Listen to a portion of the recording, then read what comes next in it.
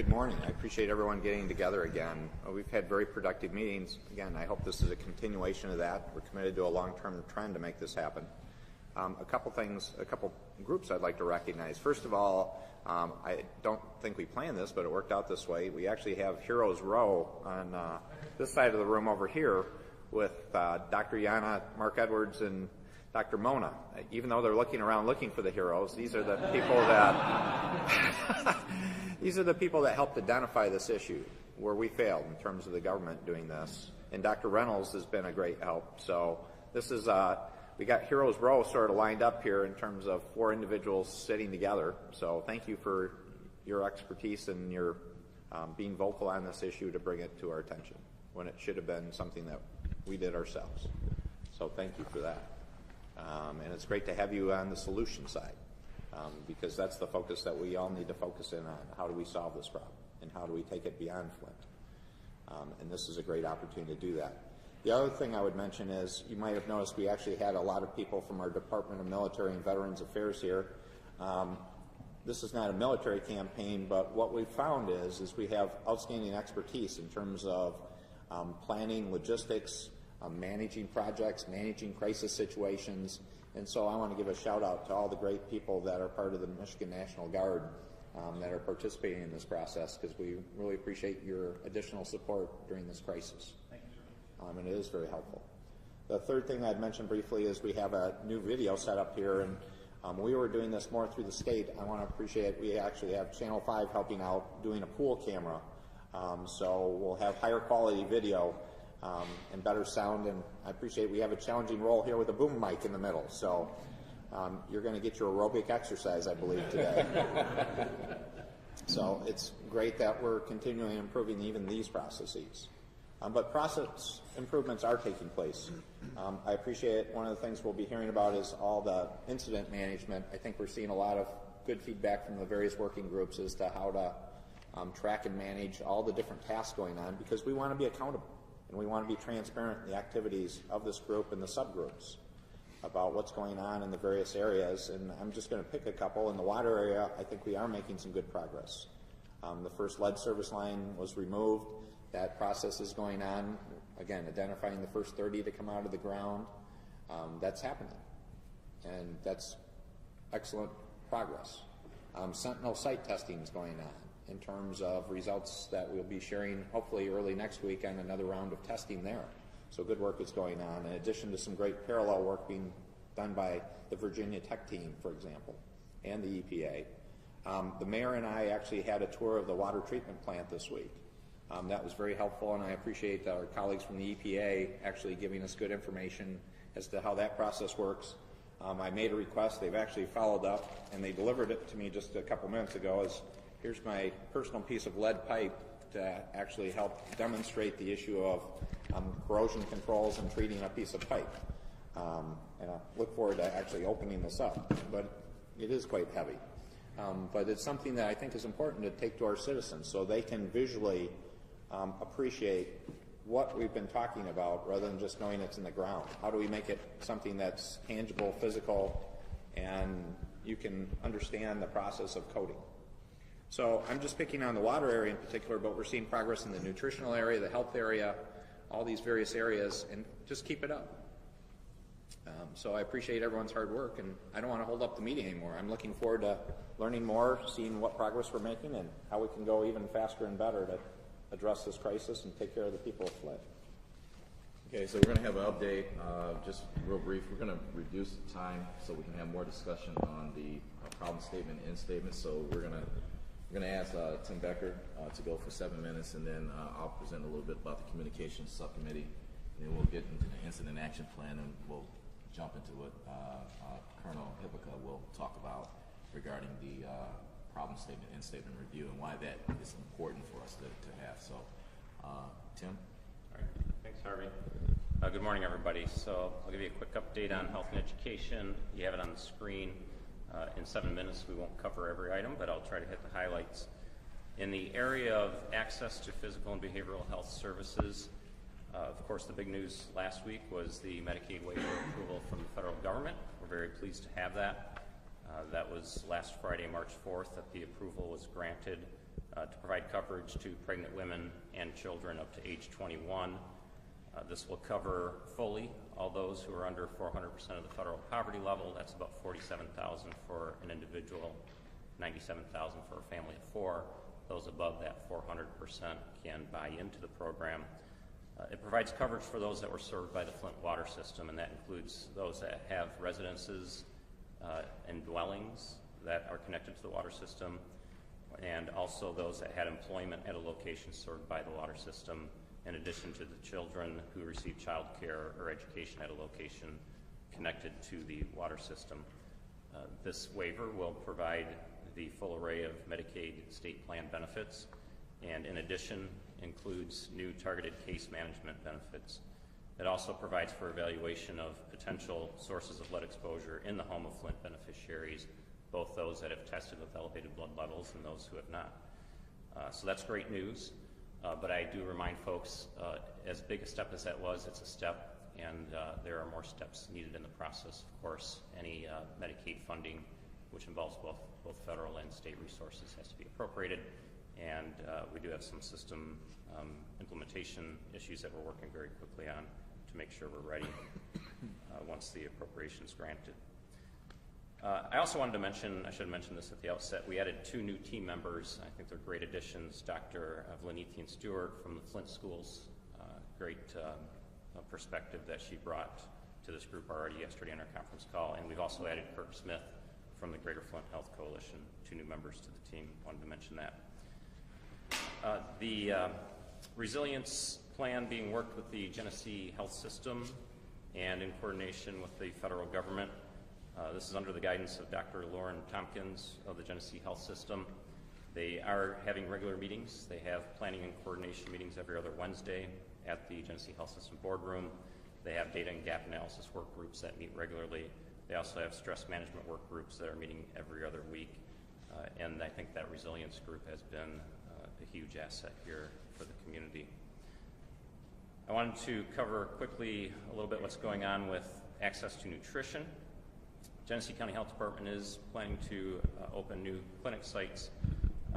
They have, in addition to what already exists at the Burton Health Center, the new site at Hurley in the farmers market, got that right, Mark? And yeah. Also exploring a potential new site, I believe, on the north side, but that site not yet determined if that's still the latest on that. Of course, we're hoping to see more FWICC enrollment specialists to the underserved areas. We've also been working on expansion of home delivered meals from what was $2,000 a month up to $15,000 per month, and that's good news. Continued progress on mobile food sites. We now have 21 locations for mobile food sites across the city, and those rotate on an ongoing basis every 3 weeks among those 21 sites, and that number increases regularly. Every time I think I've got it right, Cheryl adds a couple of more, and that's great. And that's very important, bringing food right to people in the community, providing the necessary foods with the calcium, the vitamin C, the iron. Thank you. Great to have all the doctors in the room to keep me honest.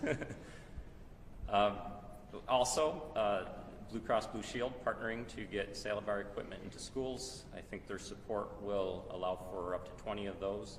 And at this point, the update yesterday was that 12 have already accepted that offer, and we're hoping that we'll get 8 more, clearly. And those are scheduled to arrive by April 1st. I'm quickly coming up on 7 minutes. I'm going to look to other team members, Dr. Monahan, Atisha, Dr. Larry Reynolds. Anything you want to add that I didn't cover?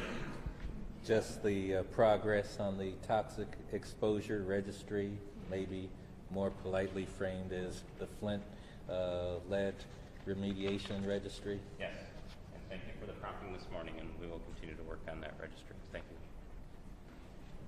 Okay.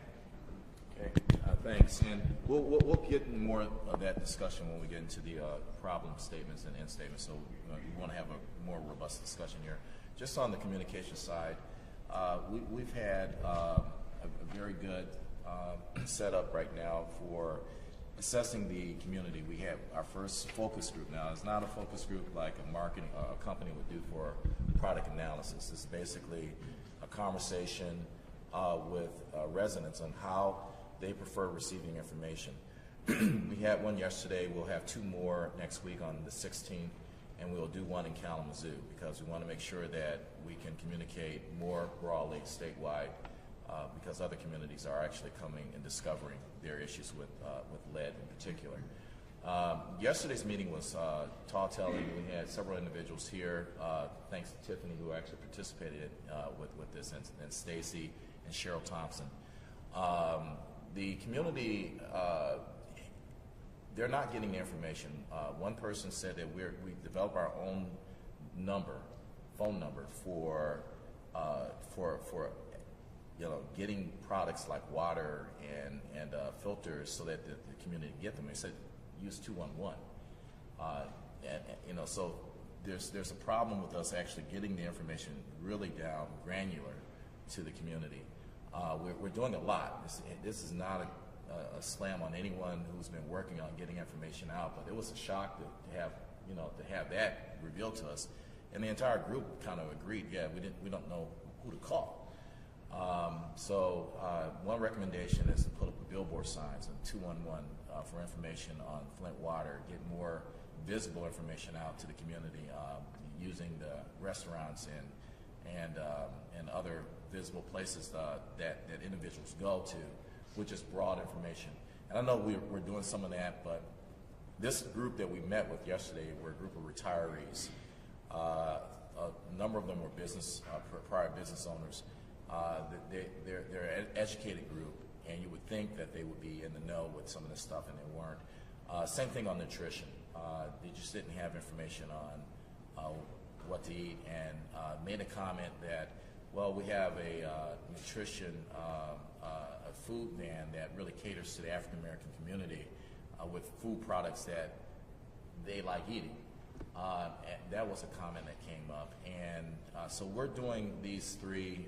Another effort that we just completed what I call the direct action organizing chart, which is something I used to use when we did advocacy for grassroots build. And one of those objectives is to identify 9 individuals, 1 for each ward, who would be what we call a community liaison.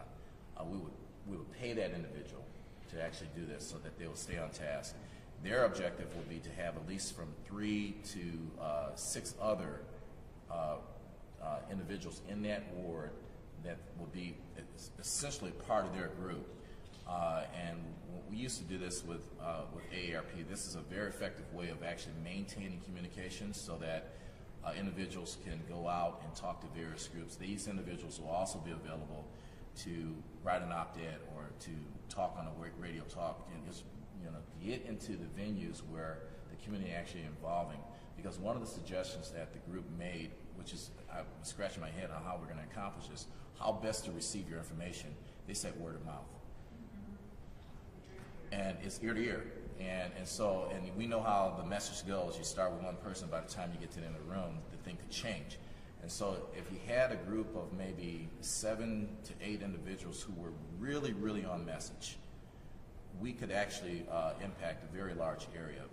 And we've done this in the past with other organizations. So it's going to be important for us to really boil the information down into a layman's understanding. And that's why we had to do the problem statement and the end statements, because these are very short, clear statements that we can say to anyone at any particular time. The problem and end statement shouldn't change. Things in between may change, and that's what Scott's going to get into. But the problem in the end won't change, so we can at least stay on message on the front and the back end, and as things progress, we can insert that information. But word of mouth was agreed to. I mean, people don't believe the state. They told us that yesterday. We don't trust anything come from the state. However, Dr. Edwards said the water was safe, we believe them. One recommendation is that having people go to a house and drink water is not an example of proving that the water is safe. One guy said that you'll show up at my house, 12 glasses of water a day for 30 days, and then you show me something. And it sounds funny, but they're real. So we'll do 2 more of these next week, and I think there may be value in just continuing this. Tiffany, would you agree? Because what we found is that the small groups intimate groups really has a way of giving information that people can really believe. You're no longer the big state and the bad guy. You're really talking, and they're getting to know you a little bit more personal, and I think that's something we'll continue to do. Anyone else who attended this yesterday have any comments about this? Okay, and we'll start the protocols. Another one of our objectives is to basically establish uniform communication protocols between the departments, and we'll start, our first meeting will be on Monday. We have Dr. Richard Norton, who is a professor in the School of Architecture and Urban Planning at the University of Michigan, who's what I call a Venn diagram expert. So we want to make sure that as the line of communications go out, the touch points, not just with the departments that are involved with FWICC, but for any department of state government, that we can identify a trigger that will set up a better process for communications, joint communications.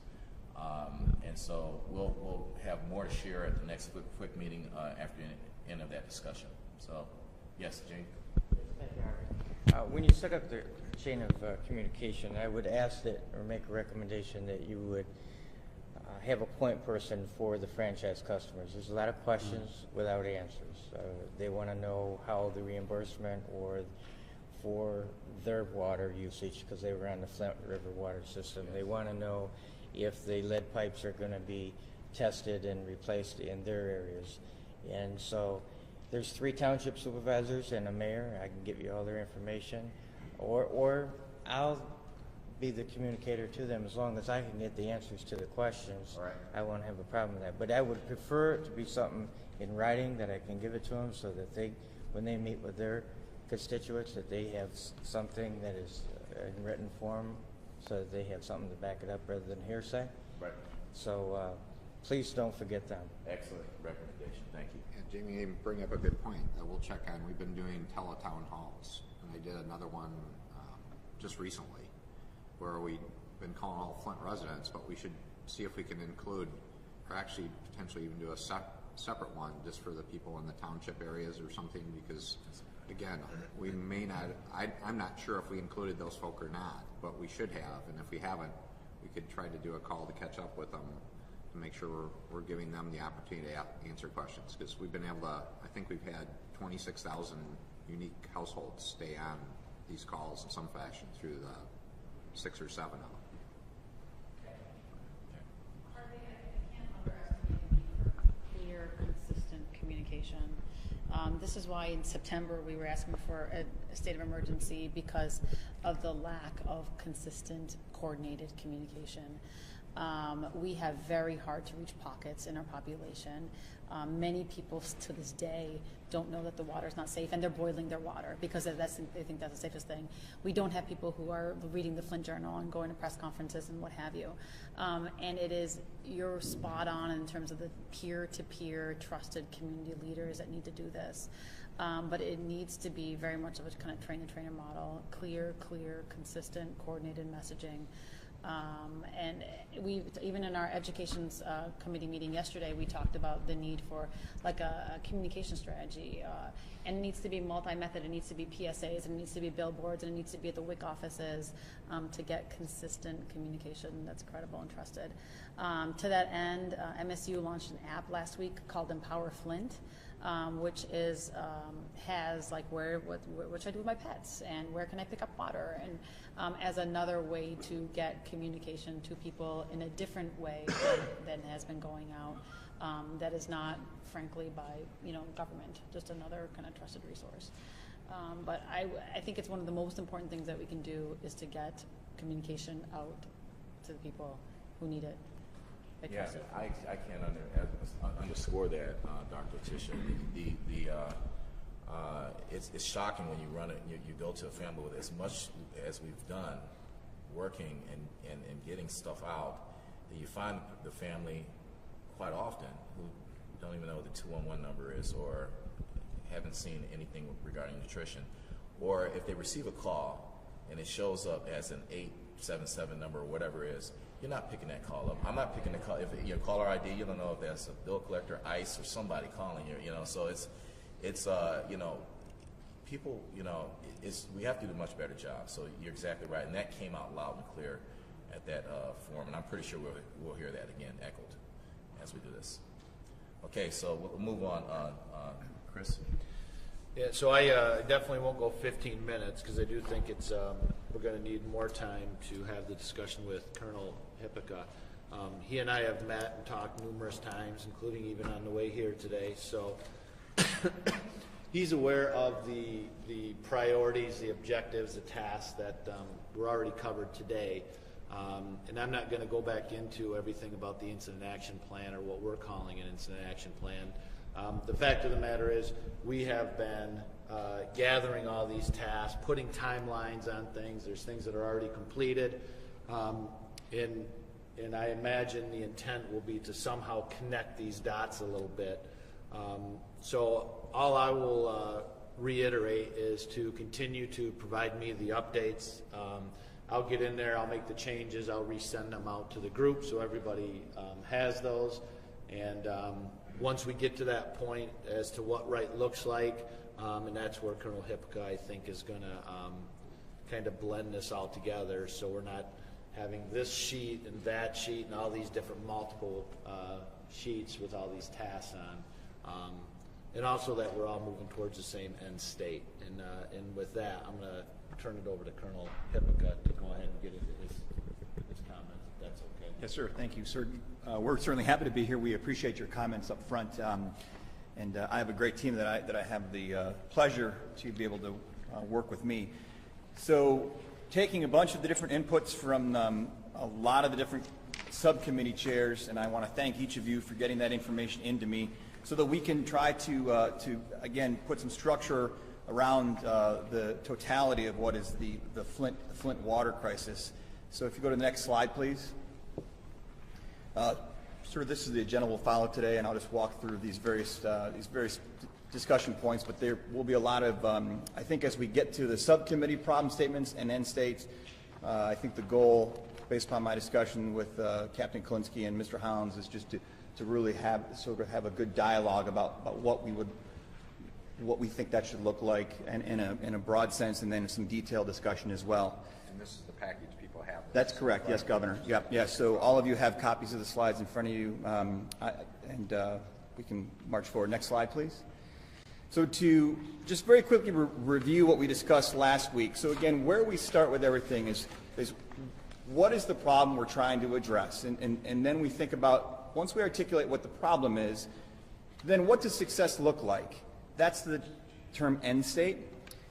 There's a lot of great work being done with tasks. A lot of tasks and objectives right now are being met, and it's due to the great work of the folks in this room, and frankly, all the different state and city and county agencies that are working collaboratively together. Tasks equal these actions, and those actions produce outcomes. And when we think about when we link multiple tasks together that are sort of unified in purpose, that's what really ties everything together in objectives. And then when you have objectives that are uniform in purpose, that's when we can essentially categorize those as a line of effort or as a priority in terms of the terminology we would like to use. And then each of those lines of effort create a desired result. And then when we have the combination of all of the desired results, that in its totality would equate to achieving what success would look like.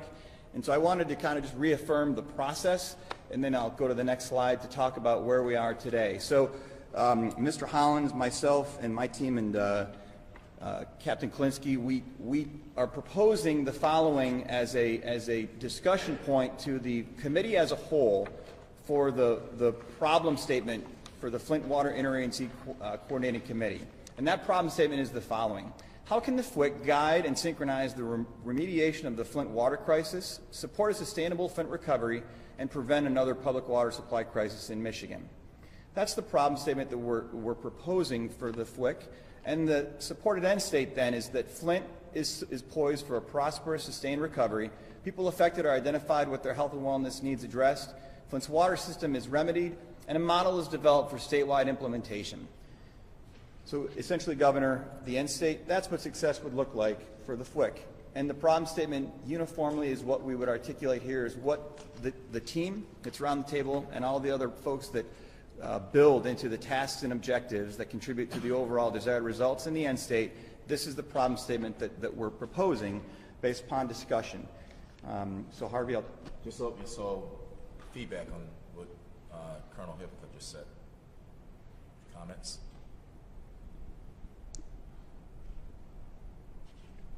Dr. Reynolds, that's all. Sorry, looking at you. I live in Flint, okay? All right. I own property in Flint, so the issue is also restoring a revenue base for Flint, and that may be a little more specific than economic development. Economic development may be part of that. As an outcome in state? Yeah. Okay. So if I could just, and Colonel, I'll look to you too. I mean, I think the end state, though, I mean, a prosperous, sustained recovery.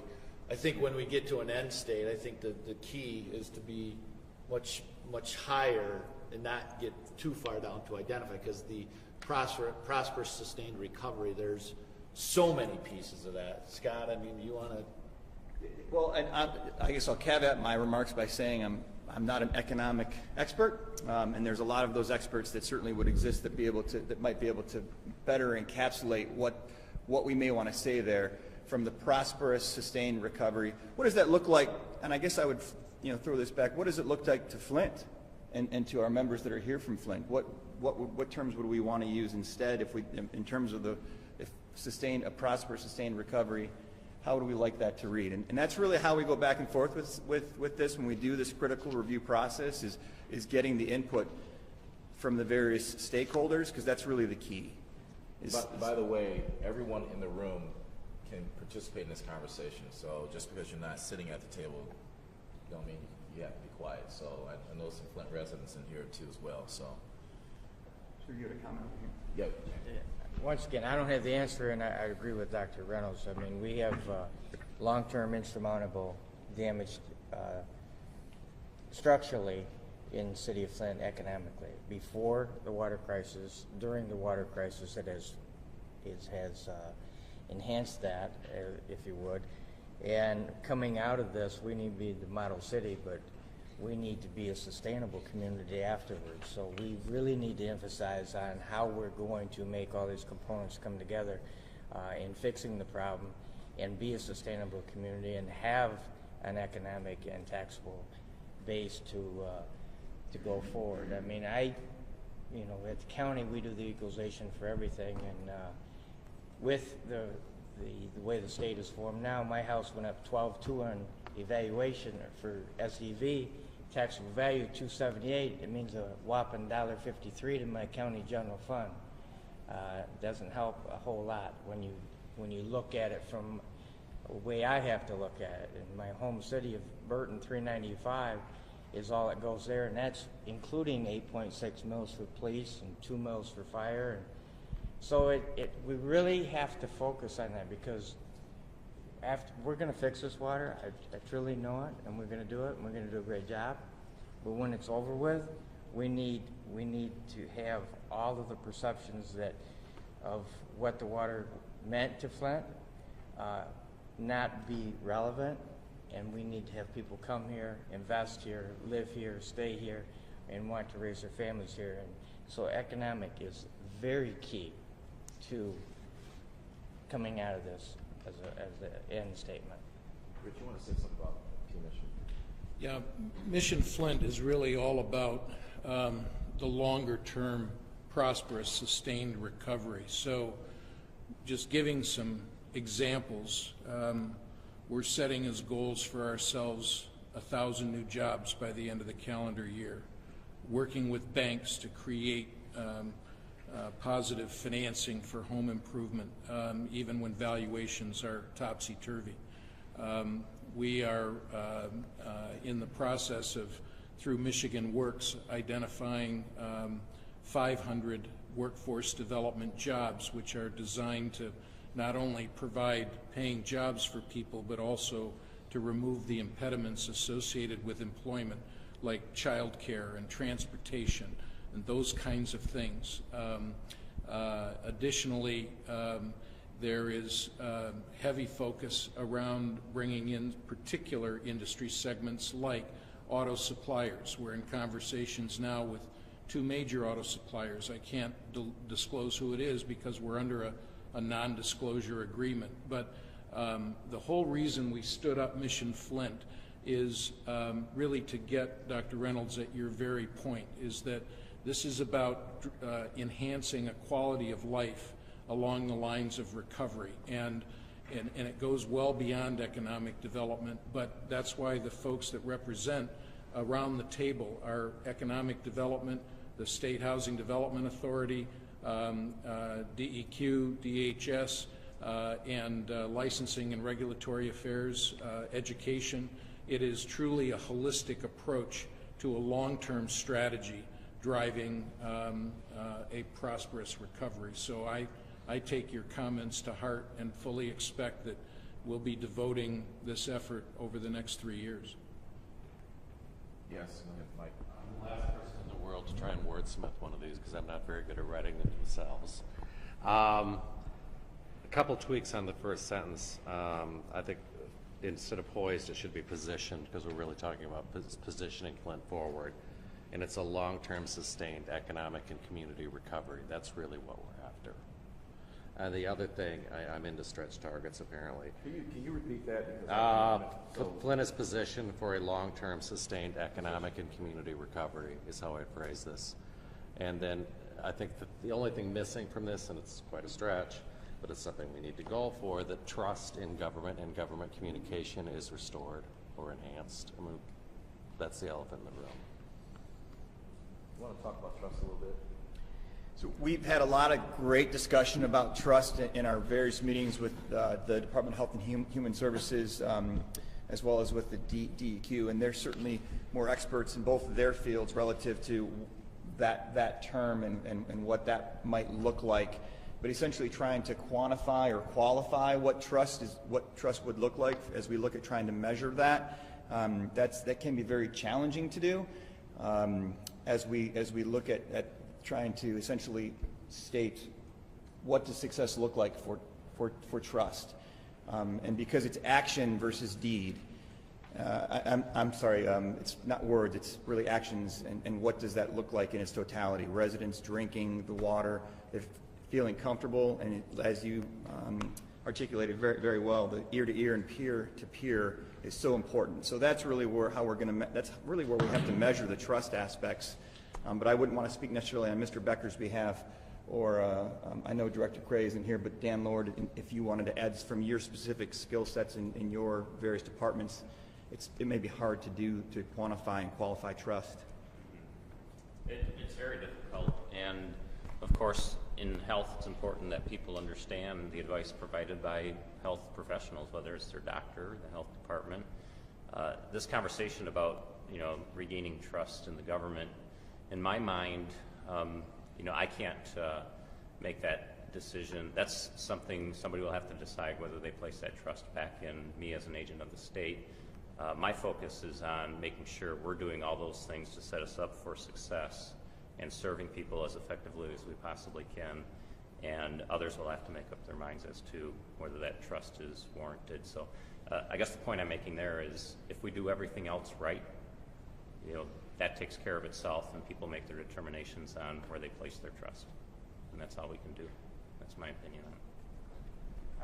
It may already be in the words here, but the research element of this, we're going to be spending a lot of money investing in various things, early childhood, nursing, things like that.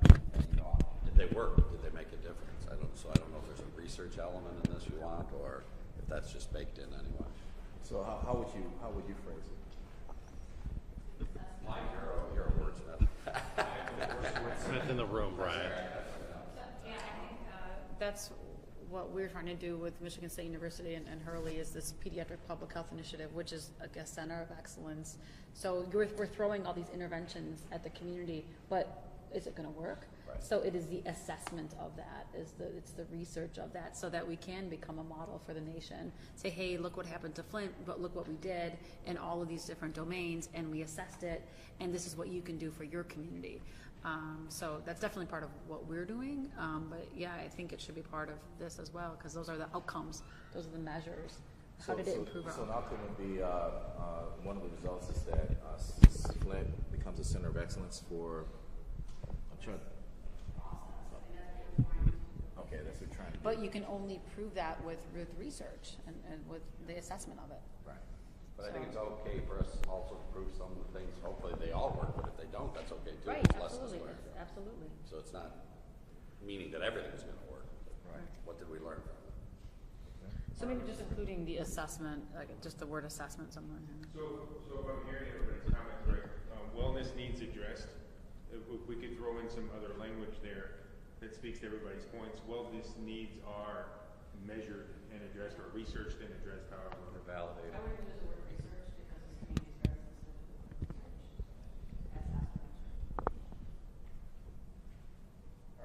to research. Yeah, go ahead. Shift back to trust real quickly, because I think it's an important topic, and maybe it's forthcoming in some of your subcommittee's action, but were any of those objectives or tasks identified on how to gauge the feeling from the community as time goes on?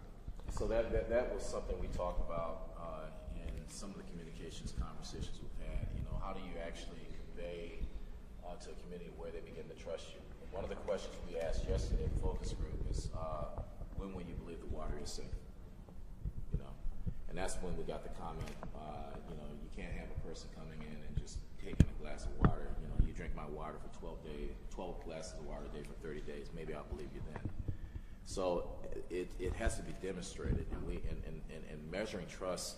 Do you measure the reduction of the number of bottled waters that's being used? You know, is that a measure of whether or not the community is trusting their system again? There are different ways of doing this, but it's very hard to measure it. You know, the governor goes out and he talks about it. He says trust has to be earned. And that earning, in my mind, is the stuff that everyone's doing right now. I think you said it spot on, Tim. You don't know when that individual trusts you as a state official, but you're doing these things to make sure that they're getting the services they need. So I just don't know how you capture that. And we had some robust discussion on that. So we're open for any comments on that. Go ahead, Cheryl. I'm missing the word education. You have health and wellness, but education is also a key. In the in-state? In state, right? Mhm. In-state. Okay, good catch. Thank you. Yes, Dr. Young. Again, going back to the issue of trust, I think that because of the particularities of lead in drinking water and how problems can surface even when a water system is doing its best job at ideal corrosion control treatment and really good public education, as long as there's lead-bearing plumbing in a home, there could be lead release under certain circumstances. So I think that the specific issue and also the shared responsibility component of the lead and copper rule really requires that communities are, informed and empowered to carry out their role in this shared responsibility regime. And I think that the outreach that you are doing now with the focus group sounds to me like a fantastic beginning of this empowerment and hopefully a better partnership and collaboration with communities as things move forward, where there's mechanisms for bi-directional communication and learning on both sides. I think what Washington, D.C. and Flint have both shown us is that affected residents can play a critical role in informing their authorities about problems that are happening. And so I think that acknowledging that and showing the community a deep understanding and respect of the role they have played in this is going to help tremendously in building public trust, and especially if mechanisms are put into place where there can be real collaboration and true partnership between the state and communities. So you suggest that's a way of measuring the trust by community participation? But I was thinking that what I would love to see, if it were at all possible in the end state is that there's community empowerment and capacity building surrounding drinking water quality issues, and that there are robust mechanisms put in place for bidirectional communication and learning. Got it. Jane. Harvey, what I find all the time is that on the trust, being elected is it's about communication and the issues and then the end result. And hopefully the end result is always going to be a positive one. So, I mean, when people trust me, it's always about the issue of the day, and the issues always change. Sometimes they're with me, sometimes they're not with me.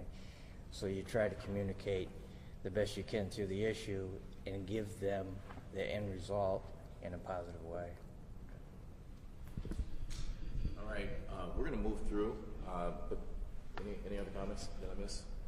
So we're going to, yes, go ahead. One quick one. One of the things to be careful with an end state is when the end state is crafted, the simpler the better. Sometimes less is more. The more that gets in there, the more it becomes confusing. And one of the things that when we wordsmith for our soldiers is we work very, very hard to use clear, plain language, because then that end state can be communicated all the way down right to the people, and then you don't have to start translating end states, from one group to another. And by keeping the end state consistent from the top to the bottom, all the way down to a resident, you can have a much more consistent message delivered, and a lot less opportunities to be challenged on whether or not you're playing with your message or tweaking your message. So that would be the one, that's the challenge. Typically when I see these end states managed, they get very, very big, and then the art is as they get shrunk back down, and less is more. And that'll be a challenge that we're certainly willing to undertake. Yeah, we can work on that. And if I may add, the level of detail that everyone is looking for is back in the middle of this. This is the beginning and the end. The level of detail that you were talking about is in those objectives and in those tasking, clearly spelled out at the level that you want in your lines of effort or priorities. So we can probably beat this to the horse, but maybe we can also remove the people to make it smaller. The people affected are identified, because that's not really, because we're treating all of Flint. There's not people being identified. But yeah, we should move on. You were suggesting removing people identified? Okay. Okay.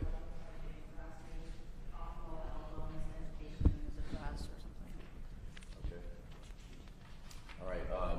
So I like what was said about effective and consistent communication. Cheryl, that came out pretty clear during the. You want to make a comment on that regarding what folks were saying about just keeping the message simple? Simple, the 5 do's and don'ts. Just really simple, so they quickly know what it is that's safe for the water. Can you bathe in it? Can you drink it if it's filtered water? What should I do? Just 5 points. Because the comments that we received is that it's too much. It's too much information on the paper. So just give us something that's simple. Yeah, no, just to give you one illustration, I've been carrying this card in this portfolio for 6 before. Yeah, basically since 2011, and it's here are the 10 goals, 10 priorities, here's the value system, and here's how you operate. And that's what I'd suggest to people is how do you take it so you can boil it down to this or smaller, that everyone can have with them to know this is what we're trying to achieve. So it's just that whole visual, tangible mechanism, how to turn it into something real. Yeah, the 5 do's and don'ts came out, and that's something that they were concerned that when you change the message, then you have to start all over again, and you lose people.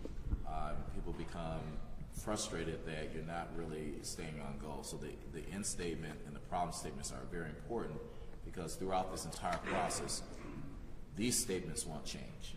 And it is a talking point that can use and be reiterated. And you know the scenario. If you say something to somebody once, 2 hours later they'll forget about almost 80% what you said.